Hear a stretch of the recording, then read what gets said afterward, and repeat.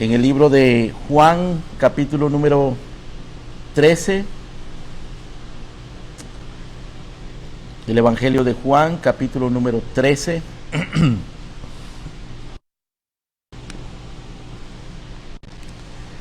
Y vamos a ocuparnos, en base a este pasaje, de algo que el apóstol San Pablo menciona en el libro de Filipenses y que está muy relacionado con lo que encontramos, con la historia que encontramos en nuestro pasaje.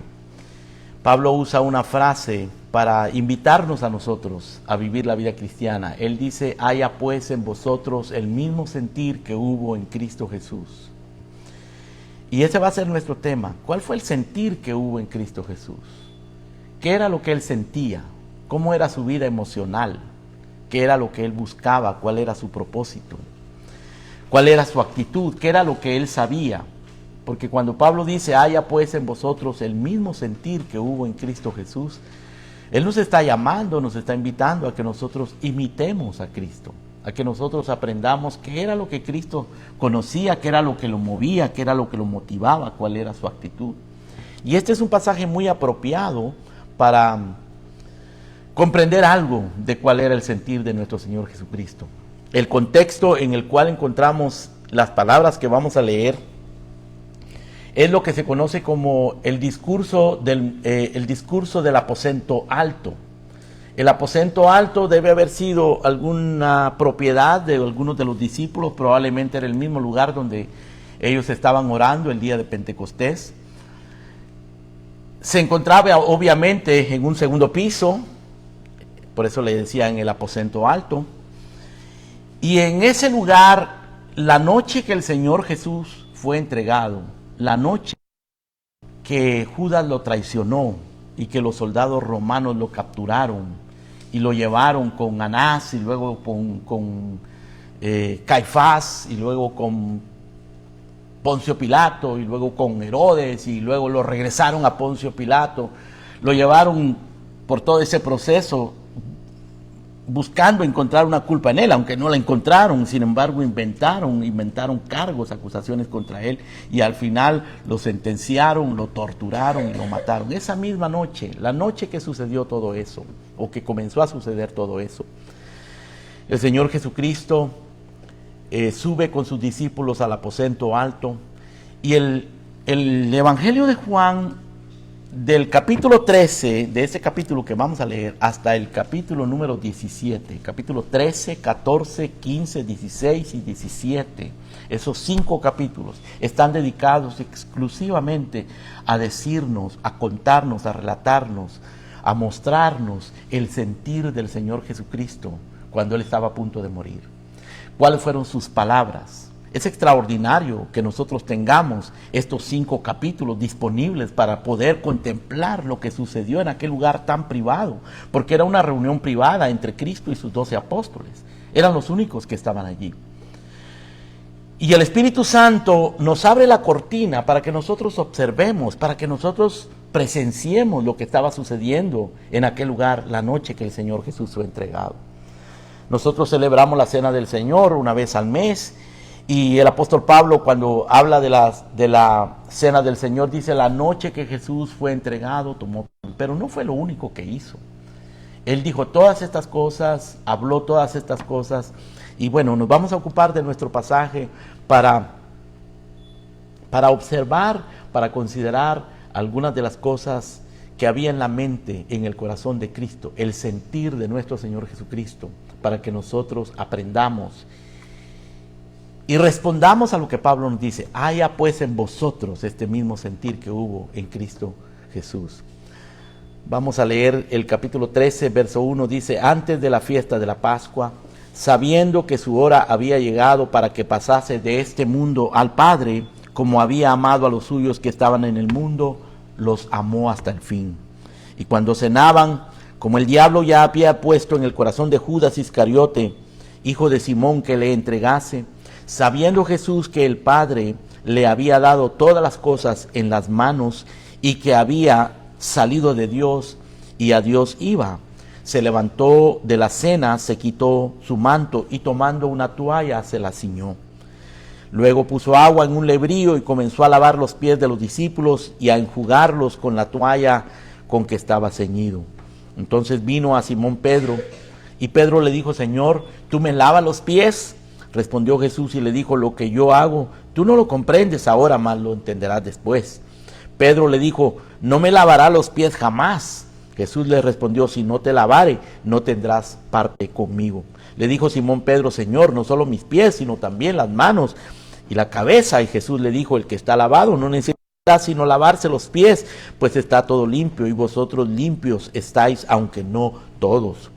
Porque sabía quién le iba a entregar, y por eso dijo: no estáis limpios todos.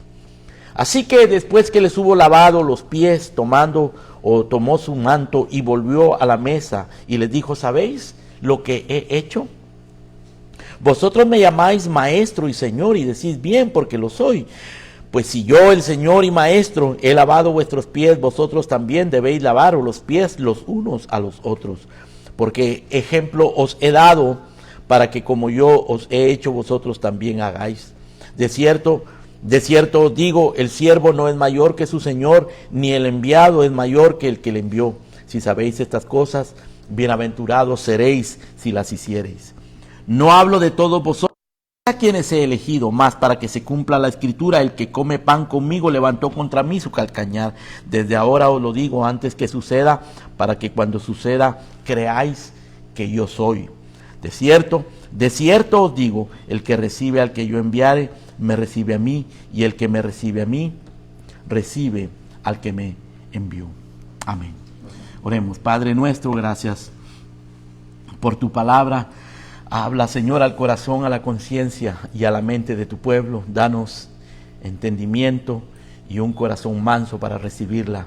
Convierte a los incrédulos, santifica a tu pueblo. Usa a tu siervo que habrá de hablar esta palabra. En el nombre de Cristo te lo pedimos. Amén. Amén. Haya en vosotros este mismo sentir que hubo en Cristo Jesús. Aquí está el Señor Jesucristo. Y el Espíritu Santo, a través de la Escritura, nos revela cuál era el sentir de nuestro Señor Jesucristo. Especialmente en esta circunstancia, en este momento dramático y crucial de su vida, cuando Él sabía que lo iban a entregar, cuando Él sabía que lo iban a traicionar, cuando Él sabía tantas cosas que sus discípulos no entendían. Vamos a considerar de lo que el Señor sentía, de lo que había en el corazón, en la mente del Señor Jesucristo, 3 aspectos. Primero, vamos a considerar lo que Él conocía. Vamos a considerar la actitud que Él tenía. Y consideraremos también el propósito, la meta que Él buscaba, el propósito que tenía, la meta que buscaba. El Señor subió a aquel aposento alto, llevó a sus discípulos a aquel lugar privado para compartir con ellos los últimos momentos de su vida. Y allí dedicó todo este tiempo. Fueron horas y horas que estuvieron allí. Y la Biblia resume esa conversación, esa reunión en 5 capítulos. De hecho, el Evangelio de Juan, hermanos, se divide fácilmente en 3 partes. El prólogo, o sea, la introducción de Juan, luego viene del capítulo 1, verso 19, hasta el capítulo 12, verso 50. Del capítulo 1 al capítulo 12, encontramos 7 milagros que el Señor Jesucristo hizo en el libro de Juan. 7 milagros. Y luego del capítulo 13 hasta el final, del capítulo 13 hasta el capítulo 20, el Evangelio de Juan nos relata el drama del Calvario, el drama de la muerte de Cristo. Pero lo hace de una manera muy, muy particular, diferente a como lo hacen los otros evangelios, porque los otros 3 evangelios llamados sinópticos, y ustedes saben, sinóptico quiere decir que que tienen su óptica sincronizada. Eso quiere decir sinóptico, quiere decir que tienen su óptica sincronizada, es decir, que están viendo lo mismo. Pero Juan no forma parte de los evangelios sinópticos. Nos cuenta lo mismo que los evangelios sinópticos, pero, o sea, Mateo, Marcos y Lucas, nos cuenta lo mismo que Mateo, Marcos y Lucas, pero Juan lo hace desde otra perspectiva. Juan no solamente nos relata lo que sucedió, Juan nos relata lo que el Señor pensaba, lo que el Señor sentía. De hecho, Juan comienza la introducción, el prólogo de Juan, comienza de una manera muy diferente, hablándonos de la divinidad de Cristo. En el principio era el Verbo, y el Verbo era con Dios, y el Verbo era Dios. Este era en el principio con Dios. Una manera completamente diferente de presentarnos a Cristo. El énfasis de Juan es la divinidad de Cristo. Y su actitud, su sentir como hombre, porque él siendo Dios, el Verbo se hizo carne. ¿Y cuál era la vida emocional de Cristo, hermanos? Pensar en la vida emocional de Cristo, que todos nosotros somos seres humanos, seres emocionales, que tenemos respuestas emocionales, sentimientos, emociones, pensamientos. Y nuestra vida muchas veces es gobernada precisamente por eso, pero el Señor Jesucristo nos enseña que nuestra vida debe ser gobernada más que por nuestras emociones, más que por nuestras opiniones, más que por nuestros hábitos o nuestro trasfondo cultural o nuestro trasfondo familiar. Nuestra vida debe ser gobernada por el carácter piadoso de nuestro Señor Jesucristo, el cual encontramos en los 10 mandamientos y en todo lo que la Escritura nos enseña de cómo vivir la vida cristiana. Así que aquí tenemos de una manera una ilustración de cuál debe ser el sentir nuestro, similar al del Señor Jesucristo. Comencemos considerando, hermano, en este pasaje lo que el Señor Jesucristo conocía, lo que Él sabía que estaba sucediendo, lo que Él sabía acerca de sí mismo, lo que Él sabía acerca de sus discípulos. Dice en el verso 1, antes de la fiesta de la Pascua, sabiendo Jesús que su hora había llegado para que pasase de este mundo al Padre. Sabiendo, el Señor Jesucristo estaba con sus discípulos sabiendo que había llegado la hora de su muerte. Había llegado la hora angustiosa en la que lo iban a capturar, a acusar falsamente, lo iban a torturar y eventualmente lo iban a matar, sabiendo que su hora había llegado. Dice la Escritura más adelante, en otros pasajes paralelos, que el Señor Jesucristo le dijo a sus discípulos: mi alma está angustiada hasta la muerte. Y que su angustia era tal que Él sudó gotas de sangre. Y Él sabía eso, Él sabía que tenía que pasar por eso. Cuando estaba en la cruz, Él le dijo al Padre: Padre, o antes de ir a la cruz le dijo al Padre: Padre, si es posible, pase de mí esta copa. Él sabía, esa copa era amarga, pero Él estaba dispuesto a eso. Sabiendo que su hora había llegado para que pasase de este mundo al Padre. El Señor sabía que su hora había llegado, que tenía que morir. Dice el verso 3, sabiendo Jesús que el Padre le había dado todas las cosas en las manos. Esto lo sabía el Señor Jesús también. Por un lado sabía que iba a morir, que lo iban a crucificar, que su muerte iba a ser terrible y angustiosa y que iba a enfrentar la ira de Dios, la misma ira de Dios. Por el otro lado, él sabía también, según el verso 3, que el Padre le había dado todas las cosas en las manos. Es decir, por ese mismo sacrificio al que él se estaba sometiendo, él sabía que el Padre lo iba a exaltar. Eso es lo que Pablo dice en Filipenses. Que él, por haberse humillado, por haberse despojado, por haberse hecho siervo, por haberse hecho obediente hasta la muerte y muerte de cruz, Dios le exaltó hasta lo sumo y le dio un nombre que es sobre todo nombre. Lo que dice el verso 3, él sabía que el Padre le había dado todas las cosas. Él sabía que el Padre lo iba a exaltar. Por eso dice el libro de Hebreos que el Señor Jesucristo menospreció el oprobio por el gozo puesto delante de él. Es decir, la cruz estaba allí, el oprobio estaba allí, la burla estaba allí, el sufrimiento, la angustia, la ira de Dios estaba allí, pero él sabía que después de eso estaba el gozo de la victoria, de la exaltación. El Señor lo sabía. Esto es una buena lección para nosotros, hermanos, porque todos nosotros tenemos que enfrentar la angustia en algún momento de nuestra vida, y llegará el momento en que cada uno de nosotros enfrentaremos la muerte también. Yo no sé cuándo llegará la muerte para nosotros, pero tenemos que saberlo, tenemos que estar conscientes de eso. Pero a la vez tenemos que estar conscientes, como el Señor Jesucristo, que el Señor nos ha entregado todo en Cristo, que en Él lo tenemos todo, que en Él lo podemos todo, nuestra vida, que Él nos ha dado vida eterna. Estas dos cosas sabía Jesucristo: que había llegado la hora de morir, pero que el Padre le había dado todas las cosas de su sometimiento.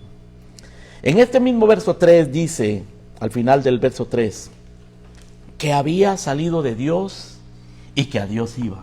Esta era otra de las cosas que el Señor sabía, que había salido de Dios y que a Dios iba.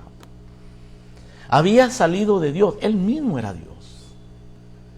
En el principio era el verbo era con Dios y el verbo era Dios. Este era en el principio con Dios y el Padre lo envió.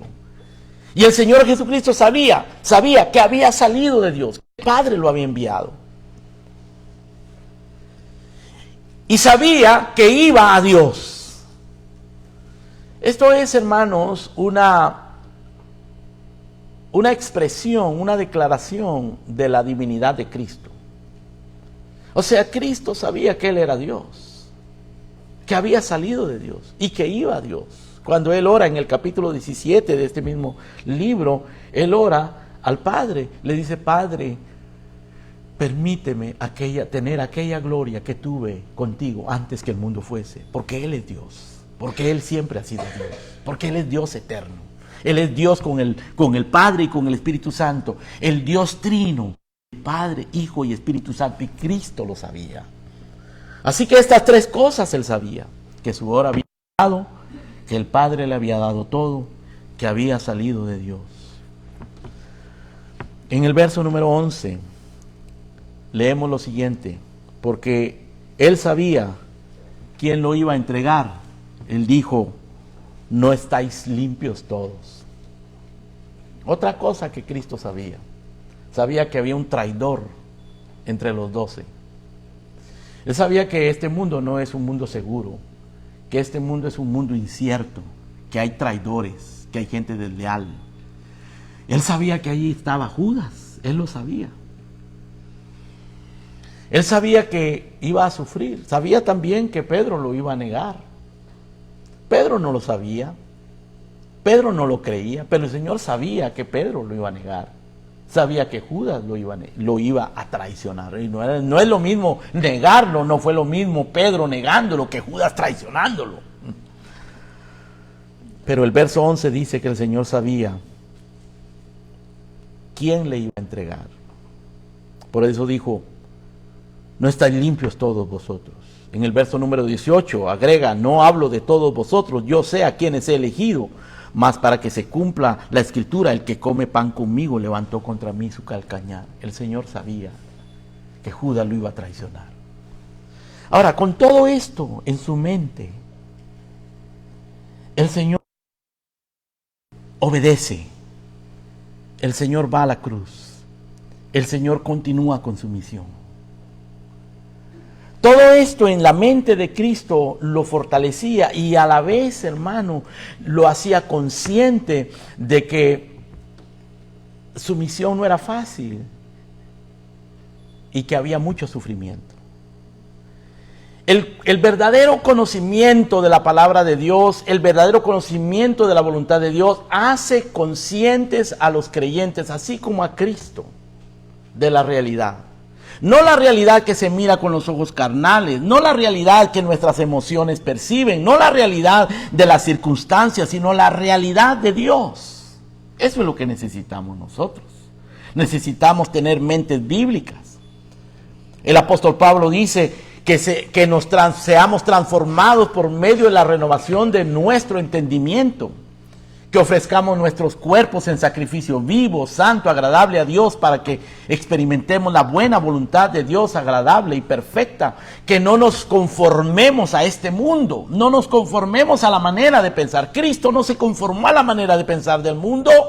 Cristo no aceptó las sugerencias satánicas. Cristo no siguió sus propios instintos humanos de autopreservación, sino que Él se entregó. Por eso Pablo dice, haya pues en vosotros este mismo sentir que hubo en Cristo Jesús. Pero hermanos queridos, no se puede tener el sentir de Cristo Jesús si nosotros no entendemos bien la voluntad de Dios, si nosotros no conocemos la palabra de Dios. Si nosotros somos cristianos superficiales, ignorantes de la Biblia, si somos cristianos mediocres, cristianos casuales, que tenemos la iglesia como algo optativo, que tenemos la vida cristiana y el compromiso con Dios, el compromiso con su pueblo, las devociones personales y el uso de los medios de gracia como algo que se puede hacer o no se puede hacer, nosotros no vamos a conocer la voluntad de Dios. Por eso Pablo en ese mismo capítulo de Filipenses, en el capítulo 2, en donde él dice que tengamos el mismo sentir que hubo en Cristo Jesús, más adelante dice que nos ocupemos de nuestra salvación con temor y temblor, porque Dios es el que produce el querer y el hacer.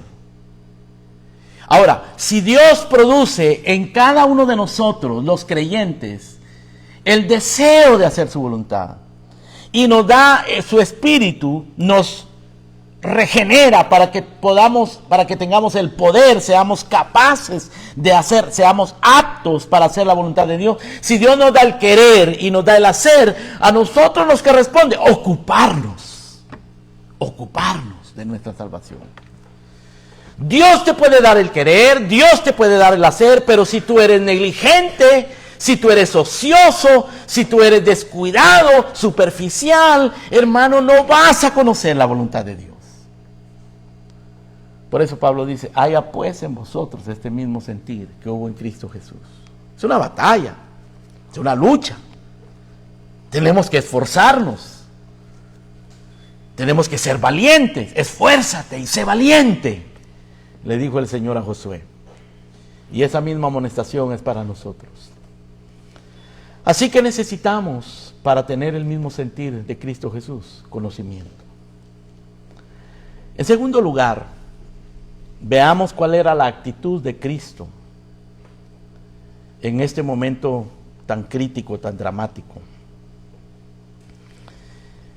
En el verso número 1 leemos, antes de la fiesta de la Pascua, sabiendo Jesús que su hora había llegado para que pasase de este mundo al Padre, como había amado a los suyos que estaban en el mundo, los amó hasta el fin.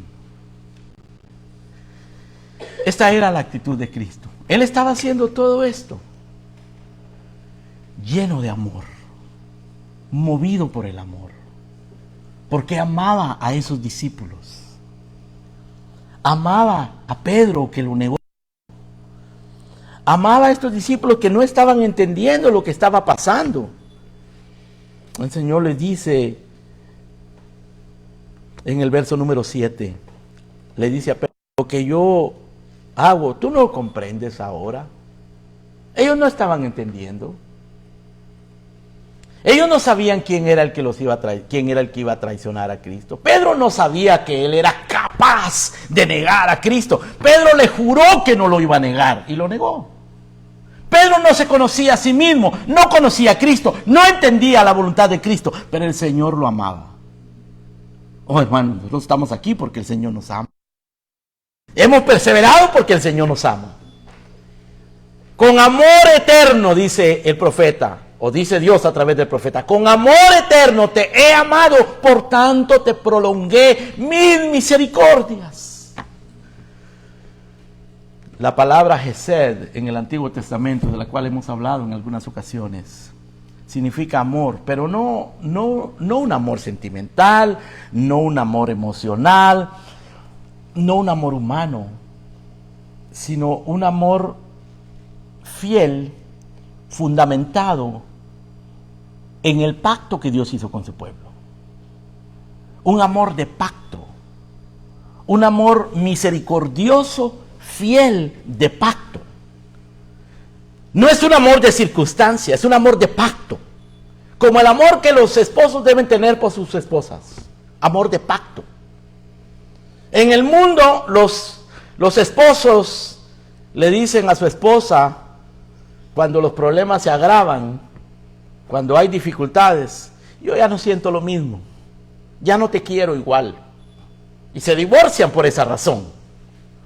Los cristianos no podemos, no debemos hacer eso, porque nuestro amor no es que ya no te quiero, que ya no siento lo mismo. Nuestro amor es un amor de pacto. Hemos hecho un pacto con Dios, delante de Dios, con esta mujer con la que nos hemos casado, con ese hombre con el cual te has casado. Igual que Cristo amó a su iglesia y se entregó a sí mismo por ella, y no la va a dejar. El que comenzó en nosotros la buena obra, la perfeccionará hasta el día de Jesucristo. ¿Por qué? Porque Él ha hecho un pacto. De hecho, esta misma noche que el Señor fue entregado, más adelante, eso no lo vamos a ver ahora, pero Él tomó un pan y lo partió. Y tomó una copa de vino y se la dio. Y les dijo, este pan es mi cuerpo, que por vosotros es partido. Y esta copa es la sangre del nuevo pacto. O sea, Él estaba allí certificando el nuevo pacto, el cual iba a sellar con su propia sangre en la cruz del Calvario. Él selló el pacto con su sangre en la cruz del Calvario. Por eso nosotros tomamos la cena del Señor. Y cada vez que tomamos la cena del Señor, hermano, estamos realizando algo, un acto sagrado, en el cual rememoramos la muerte del Señor Jesucristo. Es un memorial de su muerte. Es un testimonio de nuestra comunión en Cristo. Y es un anuncio también de que un día sabemos que Él regresará y todos juntos volveremos a tomar esa cena con Él presente. Pero aquí lo que estamos leyendo, hermanos, es que la actitud del Señor Jesucristo era una actitud de amor. Dice, el Señor Jesús sabía que su hora había llegado para que pasase de este mundo al Padre. Como había amado a los suyos que estaban en el mundo, los amó hasta el fin. Qué palabras tan tiernas, tan maravillosas, tan alentadoras, tan consoladoras. Qué palabras tan extraordinarias. Los amó hasta el fin. El apóstol Pablo dice, con Cristo estoy juntamente crucificado, y ya no vivo yo, mas vive Cristo en mí. Y lo que ahora vivo en la carne, la fe del Hijo de Dios, el cual me amó y se entregó a sí mismo por mí. Qué amor tan sublime, tan maravilloso, tan extraordinario, un amor soberano, un amor fiel, un amor de pacto, un amor misericordioso. Esa era la actitud de Cristo. Así era como Él estaba actuando. Esa era la razón por la que Él estaba haciendo lo que estaba haciendo. Es la razón por la que fue a la cruz del Calvario. Por amor. Ahora, en el verso número 4 leemos algo más respecto a la actitud de Cristo. Dice, se levantó de la cena y tomando una toalla se la ciñó. Pero noten ustedes, hermanos, el verso 3 que le da mayor contexto al verso 4. El verso 3 dice, sabiendo Jesús que el Padre le había dado todas las cosas en las manos y que había salido de Dios y que a Dios iba, se levantó de la cena, se quitó su manto, tomó una toalla y se la ciñó. Ahora, al leer el verso 3, uno esperaría otra cosa. Uno no esperaría lo que dice el verso 4. Porque el verso 3 dice que el Señor Jesús sabía que Dios le había dado todas las cosas y que Él era Dios, que había salido de Dios y que iba a regresar a Dios. Entonces uno esperaría que dijera, bueno, ya que Dios le ha dado todas las cosas y puesto que Él sabe que es Dios, Él pues ahora se iba a comportar como tal. Él iba a reclamar sus derechos, pero hace todo lo contrario. El verso 4 dice que Él se levantó de la cena, se quitó su manto, tomó una toalla, se la ciñó. puso agua en un lebrío, dice el verso 5, y comenzó a lavar los pies de los discípulos y a enjugarlos con la toalla con la que estaba ceñido. En realidad debería haber sido al revés, ¿no es cierto? Él era el dueño de todas las cosas. Él había venido de Dios e iba hacia Dios. Estaba siendo exaltado, habría de ser exaltado. Él era digno de que le lavaran los pies los discípulos. Los 12 discípulos debieron haberle lavado a Cristo, pero no, él se levantó, se quitó su manto, tomó una toalla, se la ciñó, tomó un lebrillo, lo llenó de agua y comenzó a lavar los pies de los discípulos y a enjugarlos con la toalla con que estaba ceñido. En otras palabras, se despojó de su gloria. Desde que Él se encarnó, desde que Él nació en Belén, Él se despojó. Eso es lo que Pablo dice en Filipenses. Haya pues en vosotros este mismo sentir que hubo en Cristo Jesús. Y ustedes vienen conmigo a Filipenses 2. En el verso 6, Pablo continúa diciendo, el cual siendo en forma de Dios no estimó el ser igual a Dios como cosa a que aferrarse. El Señor sabía que le habían dado todo, que había venido de Dios y que iba a Dios, y Él no se aferró a eso. Sabiendo que era Dios, no se aferró, no estimó ser igual a Dios, no reclamó sus derechos de Dios, no exigió honra como Dios, más bien Él se despojó, se quitó su manto.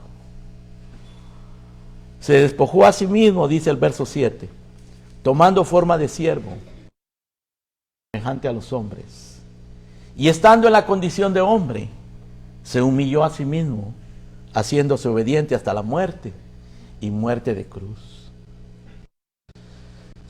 Se hizo obediente, se despojó. Por eso es que Pablo en Filipenses,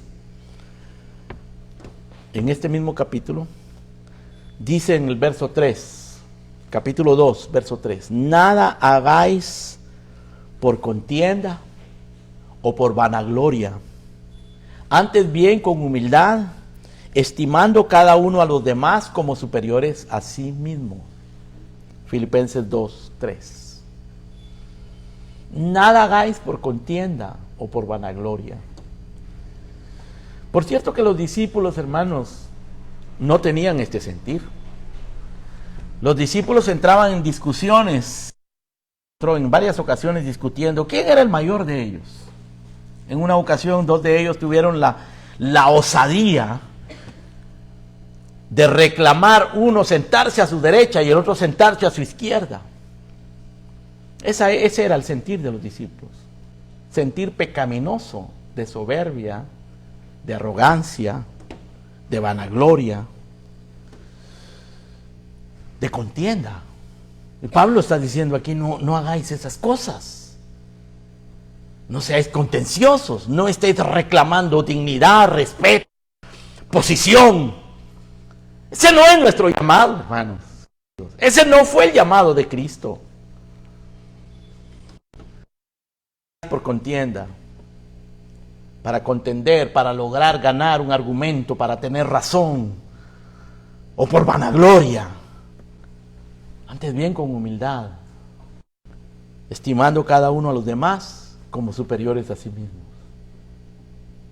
¿Brota eso naturalmente de nosotros? ¿Tenemos nosotros la tendencia a considerar a los demás superiores a nosotros mismos? ¿Qué hacemos nosotros cuando nos comparamos con otras personas, hermano? Lo que hacemos usualmente, compararnos en base a los defectos y a las deficiencias de la otra persona. Porque somos muy buenos para verle los defectos y las deficiencias a las demás personas. Y nos comparamos con ellos. El fariseo hacía eso. El fariseo dijo, yo no soy como los demás. Y yo diezmo, yo oro, yo ayuno. Pablo dice, no hagáis esas cosas, no hagáis nada por contienda o por vanagloria. En el verso 1 del capítulo 2 de Filipenses, lean conmigo, hermanos.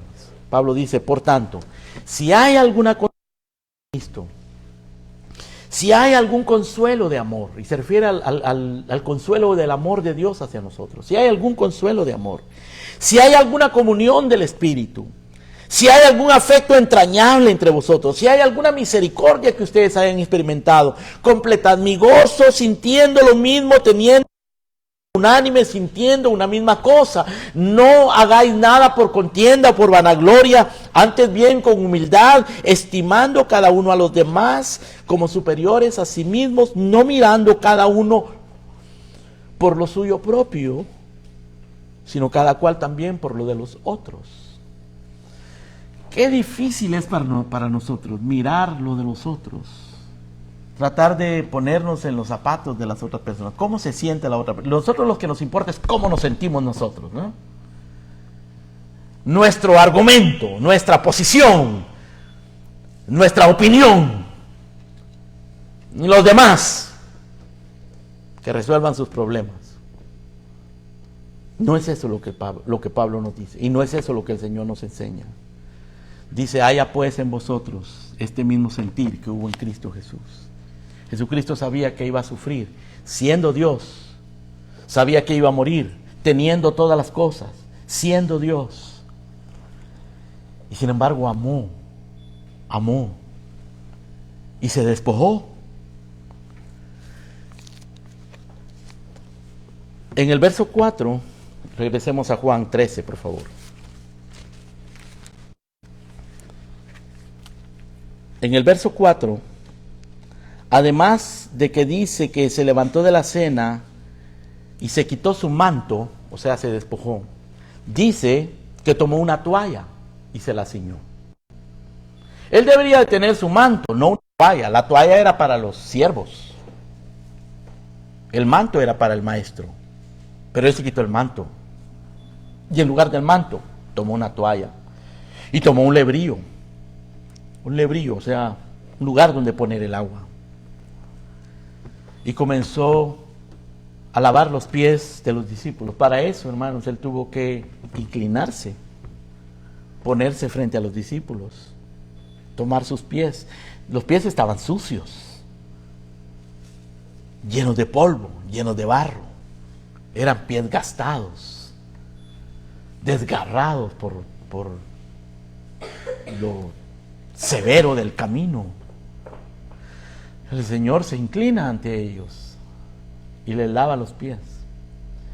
Y otra cosa que el Señor sabía, aparte de que Él sabía que iba a morir, sabía que le habían sido dadas todas las cosas, sabía que era Dios. Él sabía que le estaba lavando los pies a un traidor, entre todos ellos. Y le estaba lavando los pies a un cobarde que lo iba a negar. Él lo sabía. Pero Él se despoja y Él sirve. Esa fue la actitud de Cristo. Amar a los suyos, despojarse de toda arrogancia, de toda autosuficiencia, de toda autodignidad. Si alguna dignidad Cristo buscaba, era la dignidad que el Padre le daba. Si alguna honra Él buscaba, no era la de los hombres, ni la que Él se podía conseguir por sí mismo, sino la que Dios le diera.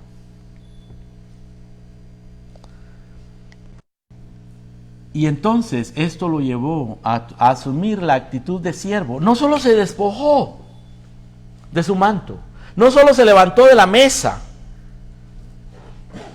donde los discípulos deberían de estarlo sirviendo a Él. Él se levantó de la mesa, se quitó el manto y tomó una toalla y un lebrillo, se inclinó. Así que por amor se despojó y además se hizo siervo de ellos. Toda la vida de Cristo fue de servicio. Él dijo, yo no vine a ser servido, sino a servir y a dar mi vida en rescate por muchos. Pero en este momento lo estaba demostrando. En un momento crítico, de una manera fehaciente, de una manera tan gráfica, tan real, de una manera tan dramática, el Señor está demostrando, hermanos, su humildad, su espíritu de servicio, su disposición a servir. Estaban cenando y él dejó la cena, se levanta de la mesa, se despoja, se quita su manto, se pone la toalla y comenzó a enjugar con la toalla, a lavar los pies de los discípulos y a enjugar con la toalla los pies de los discípulos. Ese era el trabajo que hacían los sirvientes, los siervos. Cada vez que alguien llegaba a una casa, los siervos hacían eso, limpiaban los pies de la gente que venía en el camino, los zapatos de aquel tan protectivos como los nuestros. Además, los caminos no había asfalto, ni había aceras, había todo, era polvo. Por eso existía la costumbre de lavar los pies, aparte de que era una cuestión cultural, era una cuestión también de servicio. Y eso el Señor lo hace. Esa es su actitud. Amor, despojo de sí mismo, negación de sí mismo y servicio. Haya pues en vosotros este mismo sentir que hubo en Cristo Jesús. El mismo sentir de Cristo del que Pablo nos habla en Filipenses, diciendo que nosotros no hagamos nada por contienda o por vanagloria, sino con humildad, estimando cada uno a los demás como superiores a sí mismos. Diciendo que el gozo verdadero, viene cuando nosotros sentimos lo mismo, tenemos el mismo amor, somos unánimes, sentimos una misma cosa. Y esa misma cosa que debemos sentir todos nosotros es el sentir de Cristo.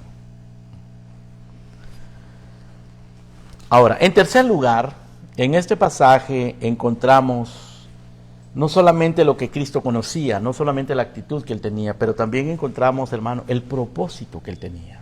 ¿Qué era lo que él se proponía al hacer todo esto? En el versículo número 10, ante la protesta de Pedro, porque el Pedro, cuando ve al Señor Jesús inclinado, lavando los pies a los discípulos, y cuando llega el momento en que el Señor le ha de lavar los pies a Pedro, Pedro le dice: a mí no me vas a lavar. A mí no me vas a lavar. ¿Tú me vas a lavar los pies a mí? No, no me vas a lavar. Y el Señor le dice: tú no entiendes, Pedro, lo que yo estoy haciendo. Tú no sabes de qué espíritu eres. El Señor se lo dijo en otra ocasión a Pedro, cuando Pedro le dijo: Señor, no se te ocurra ir a la cruz. El Señor le dice: tú no sabes de qué espíritu eres. Aléjate de mí, Satanás.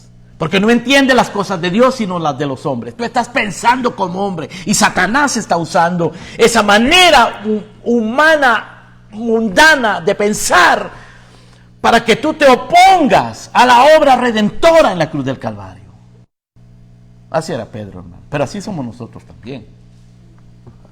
Faltos de entendimiento, necios, torpes. Así somos nosotros. Señor, muéstranos al Padre y nos basta, le dice uno de sus discípulos. Como que si Cristo no bastaba. Y el Señor le dice: tanto tiempo que estoy con vosotros, Felipe, y no me has conocido. ¿Cómo dices tú, muéstranos al Padre? Señor, no sabemos hacia dónde vas. ¿Cómo vamos a saber el camino? El Señor se los había estado enseñando toda la vida. Les dice: yo soy el camino. Yo soy la verdad. Yo soy la vida.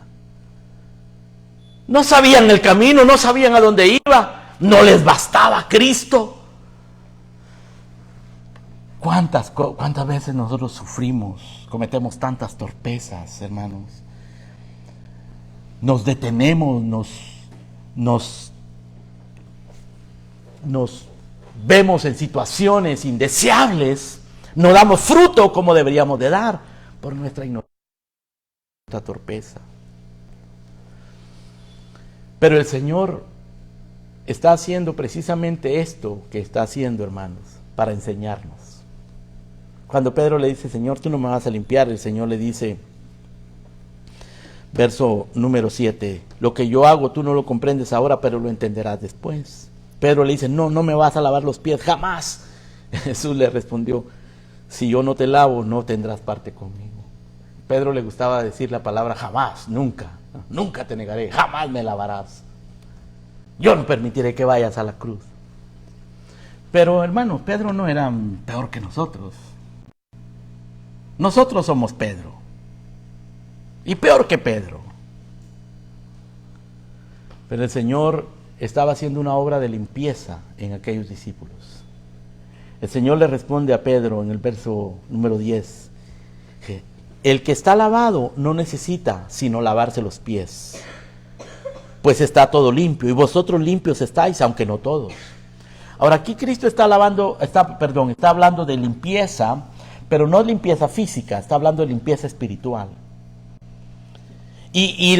El lavarle los pies a los discípulos, aunque era un acto físico, tenía una representación espiritual. El Señor le está diciendo, yo les estoy lavando los pies a ustedes, porque son mis discípulos. Ustedes ya están limpios, solo necesitan lavarse los pies. Eso significa, hermanos, que en nuestro diario caminar, en nuestras actividades, en nuestro interactuar con el mundo, en nuestras actividades de la semana y todo lo que tenemos que hacer en el trabajo, en la casa y con todas las tentaciones y circunstancias que enfrentamos, nosotros nos contaminamos constantemente.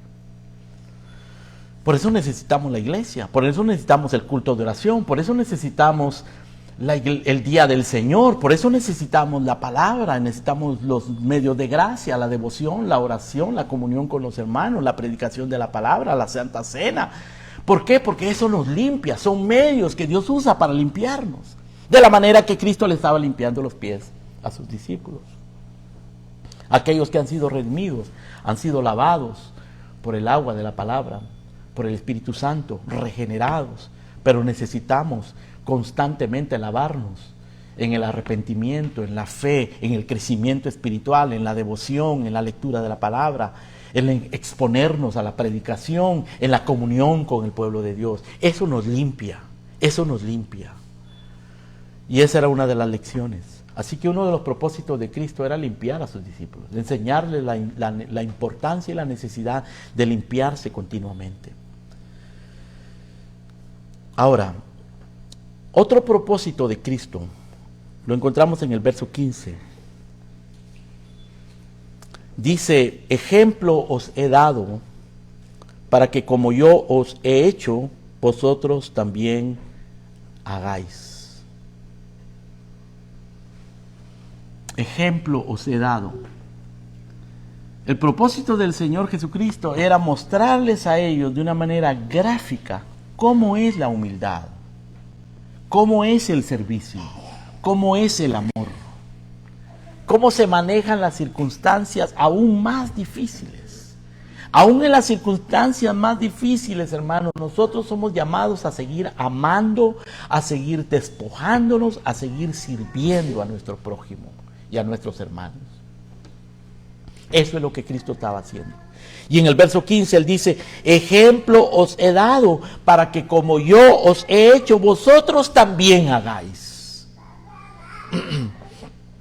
En el verso número 13 dice, vosotros me llamáis maestro y señor, y decís bien, porque lo soy. Pues si yo, el Señor y el Maestro, he lavado vuestros pies, vosotros también debéis lavar los pies los unos a los otros. Debéis hacer esto. Y yo les estoy dando ejemplo para que ustedes lo hagan. Así que el propósito del Señor era mostrarnos, enseñarnos. Por eso es que Pablo toma este ejemplo y dice, haya pues en vosotros sentir que hubo en Cristo Jesús. Hermanos, ¿cómo debemos de ver a Cristo? Esta es la razón por la que debemos ver a Cristo. Nuestra vida debe ser cristocéntrica. No debemos apartar nuestra mirada del Señor Jesucristo. El apóstol Pablo dice que él doblaba sus rodillas para que nosotros pudiéramos comprender juntamente con todos los santos lo alto, lo profundo, lo largo, lo ancho del amor de Cristo que excede todo conocimiento, para que fuésemos fortalecidos en nuestro hombre interior, para que Cristo habitase por la fe en nuestros corazones. Que Cristo habite por la fe en nuestros corazones. No apartes tu mirada de Cristo, puestos los ojos en Jesús, el autor y consumador de nuestra fe. Así debemos correr nuestra carrera, puestos los ojos en Jesús, Hermanos, el Señor Jesucristo nunca nos va a decepcionar. Él nunca te va a decepcionar. Los hombres te van a decepcionar. Eso tenlo por seguro. No lo dudes. Los hombres te van a decepcionar. Yo te voy a decepcionar. Si nos miramos los unos a los otros críticamente, vamos a encontrar tantos defectos, hermano, que nos vamos a decepcionar. Pero tenemos que aprender a mirarnos con los ojos del amor, porque Cristo nos mira así. Porque el amor cubre multitud de pecados. Tenemos que aprendernos a mirar con compasión, con perdón, con gracia, orar los unos por los otros, perdonarnos los unos a los otros, tolerarnos los unos a los otros, amonestarnos los unos a los otros, con amor, con gracia, para ser limpios. Y eso es lo que Cristo le estaba enseñando aquí a sus discípulos. Y estaba haciendo ejemplo. Lo que Él quiere, hermano, es que nosotros seamos como Él. Que seamos como Él en humildad, despojándonos, en servicio, y que seamos como Él en obediencia. Haya pues en vosotros este mismo sentir que hubo en Cristo Jesús. Y por último, en el versículo número 19, el Señor les dice: desde ahora os lo digo antes que suceda, para que cuando suceda creáis que yo soy. Este era otro objetivo de Cristo. Que ellos creyeran que Él es. Y esta fe, pues claro, hermano, no es una fe en el vacío. No es una fe esotérica. Una fe sin fundamento. Es una fe fundamentada en la verdad de la palabra de Dios. En el verso 18 dice: no hablo de todos vosotros, yo sé a quienes he elegido, mas para que se cumpla la escritura. El que come pan conmigo levantó contra mí su calcañar. Noten ustedes que el Señor está mencionando la escritura, está diciendo para que se cumpla la escritura. En este caso se refiere al hecho de que la escritura había anunciado que a Cristo lo iban a traicionar. Pero él agrega en el verso: desde ahora os lo digo antes que suceda, para que cuando suceda creáis lo que dice la escritura, creáis que la escritura da testimonio de mí y que yo soy, que Él es el Redentor, que Él es Dios, que Él es el Salvador, que Él es aquel en quien hemos de creer. Su propósito es que nosotros creamos en Él. El Evangelio de Juan fue escrito precisamente para eso. Dice el capítulo número 20,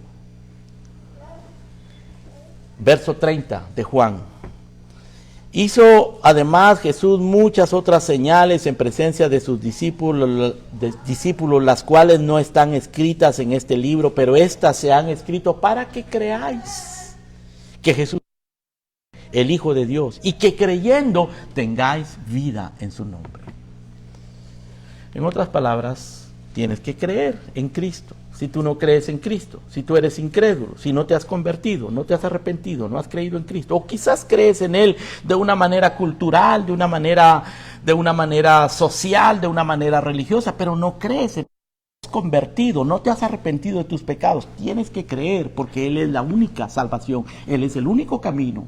Él es la única vida, la única fuente de vida, Cristo, no hay otra. No es María, no es el Papa, no es el pastor, no es la iglesia evangélica, no es la iglesia católica, no es el rito, ni la ceremonia, ni tus buenas obras. Todo eso es trapo de inmundicia. Es inservible, sin Cristo. Sin Cristo nada sirve. El que no amare al Señor Jesucristo sea anatema. El que cree en el Hijo tiene la vida. El que no cree en el Hijo, la ira de Dios está sobre él. Él nos muestra todas estas cosas, nos muestra quién es Él, nos muestra que estuvo dispuesto a ir a la cruz del Calvario para perdonar a los pecadores, pero tienes que arrepentirte en Él. Ven a Cristo.